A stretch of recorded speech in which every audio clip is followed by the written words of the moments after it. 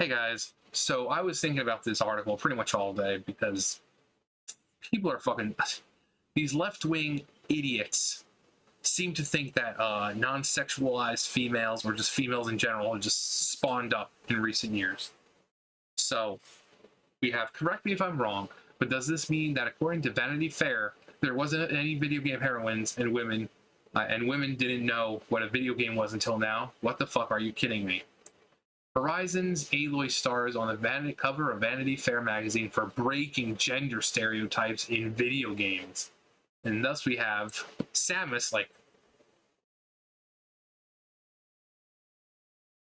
So, here, our first response, as I reply to it, of course, some fucking soy boy white knight. It says revolutionary.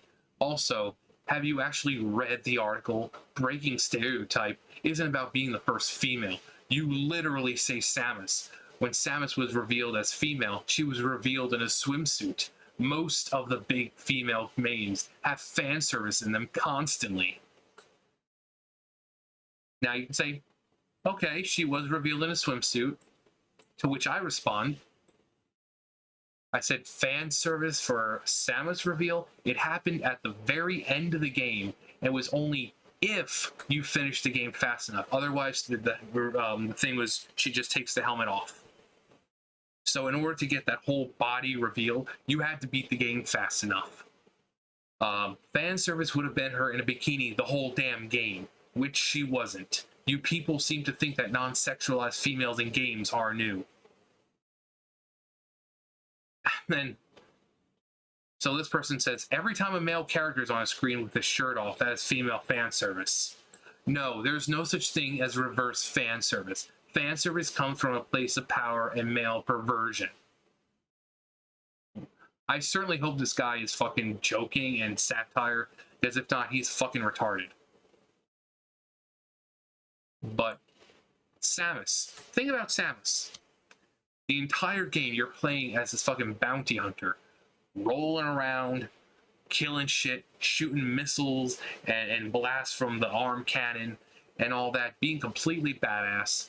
The first ending you get is just her taking off the helmet. But to really drive home that, hey, you've been playing as a female the whole time, if you beat the game fast enough, you get a full body reveal. And you have to think about the Nintendo, the hardware limitations. Really, how else were they supposed to show you that, hey, this is actually a female? I mean, the first reel, it could have just been a dude with long hair. So what could they do to make it show that, hey, you've been playing as a female? Maybe a bathing suit, or just, you know, bra underwear. Because look at what she wears. Look at what she wears. Put yourself in that position. Would you want to be wearing clothes under that? Nope. If I was wearing something like that, I'd probably have like a t-shirt on at the most and boxers. Other than that, because it'd be fucking scorching in there. So can you really play in that universe if Samus was to just in fact have bra and underwear on? But no, apparently that's fan service. Let's think of another character. Sonya Blade. Mortal Kombat. Wasn't sexualized. There was no, like, when all these games started, they weren't sexualized. There was no fan service. Yuna. Final Fantasy. Not sexualized, no fan service. Jill Valentine, when she was first introduced in the game. Not sexualized, no fan service. I mean, we can keep going. I know there are people who actually, yeah, Lara Croft, when she was first introduced, she really wasn't, I mean, they took her and made her sexy, but this is what she wore. You're going around, you're in tropical climates, you're not going to want to be bundled up. You're going to dress like this. That's not, it's not sexy, it's not, you know, I mean, it's, in a way, yes, it's sexy, but it's not like, oh, I'm doing it on purpose. Aloy's beard. Okay, so let's see. We have Samus, Lara Croft, Claire Redfield, Jill Valentine, Yuna, Maya Amano, Bayonetta, Chell. Yeah, Chell from fucking Portal. Badass, silent, not sexualized. Hat Kid, every game that lets you choose your gender.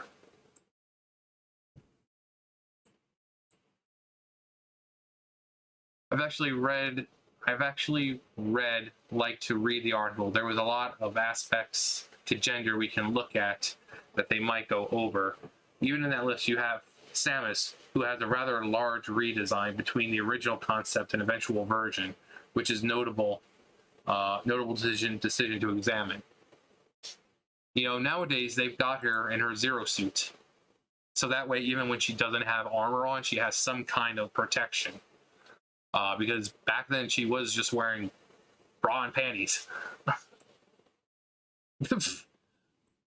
I'm sorry. Yeah, once you see it, you can't unsee it. I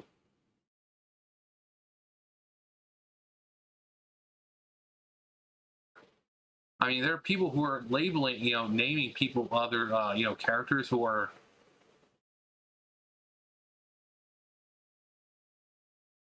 Okay, I'll correct you. You are wrong. Breaking gender stereotypes doesn't equal women exist in a video game.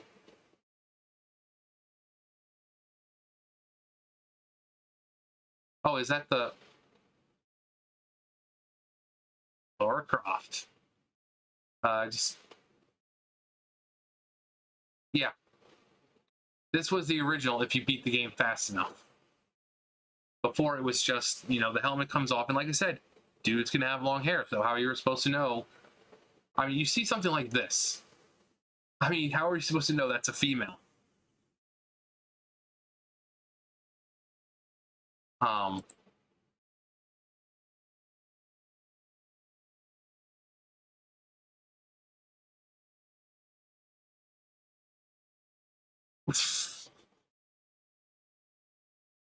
It's so messed up, but it's hilarious. Wait, let's see. Well,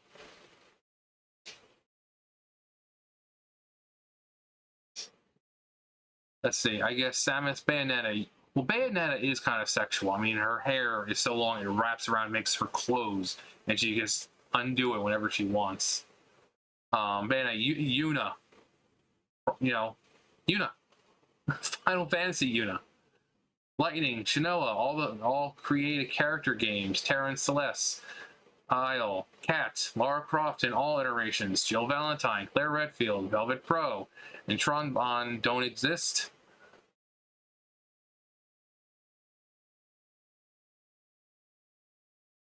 Larry Kraft.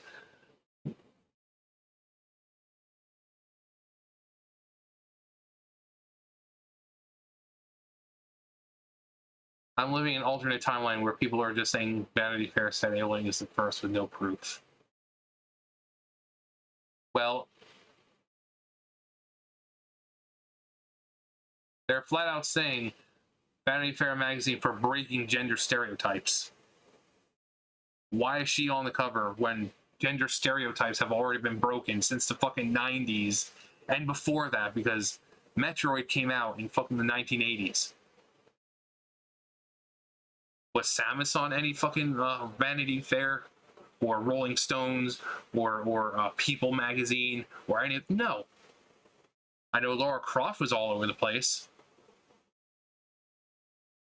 So why are they acting like Aloy coming along is somehow shattering things that have already been shattered? Especially nowadays. Look at the like, she either looks like Ogre Fiona or Nikocado Avocado. So she's very masculine looking. The females have become more masculine looking, and the males have become more feminine. Like I said, the same thing with Lord of the Rings. They're trying to make the males more beta and the females more alpha, because apparently that's the only way to bring women. So if you have women right here and you have men up here, instead of, you know, keeping men up there doing that, no, they have to take the men and lower them, so that way the women don't really have to move or do anything. They can stay right where they are, and the males become more feminine, more you know, like, oh, I'm incapable of doing anything myself. I'm just a stupid man. All I can do is unga bunga. A woman comes along and is like, oh, can you men do anything? Like I said, look it up. Movies and commercials. The male is always a bumbling idiot now who can't do anything on his own without the strong, powerful women being there. And the women are like, oh, God, can you imagine if these men just were on their own? They wouldn't be able to survive without us women being here. You know, that they act like strong female characters who are breaking gender stereotypes is some kind of new concept. It's not. But let's keep going. Out of the people that I mentioned, what is one off the top of your head that wasn't mentioned that you can think of as a video game character who's breaking gender stereotypes before Aloy came along? Let's get a thing going here. So these fucking left-wing idiots seem to think that strong female characters and non-sexualized characters haven't existed before now. And that's obviously not true. So why they're making such a big deal about Aloy? Oh my God, she's just a strong female character. She's a strong woman's. She's breaking gender stereotypes. Well, Samus doesn't need no man either. She didn't need a man. You have even fucking Zelda when she's a Sheik, when she's disguised as Sheik.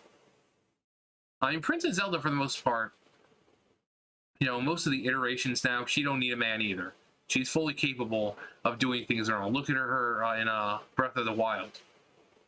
You know, it's not like she was taken away or anything. She was going around and praying to, you know, in the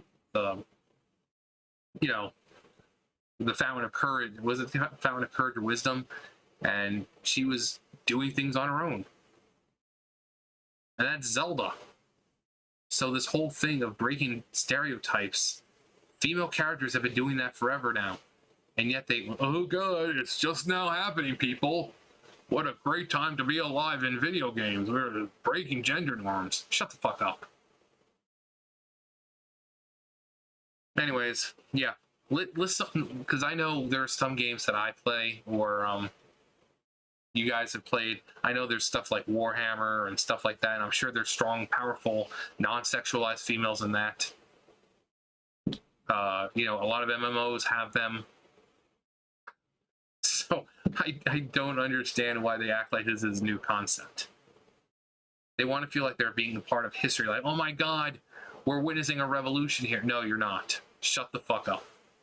So yeah, let's list some characters below that weren't listed here who are strong, powerful, badass females who weren't sexualized.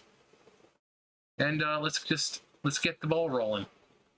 Anyways, that's going to do it for me. You guys know the drill. I'll see you guys later. Bye, guys.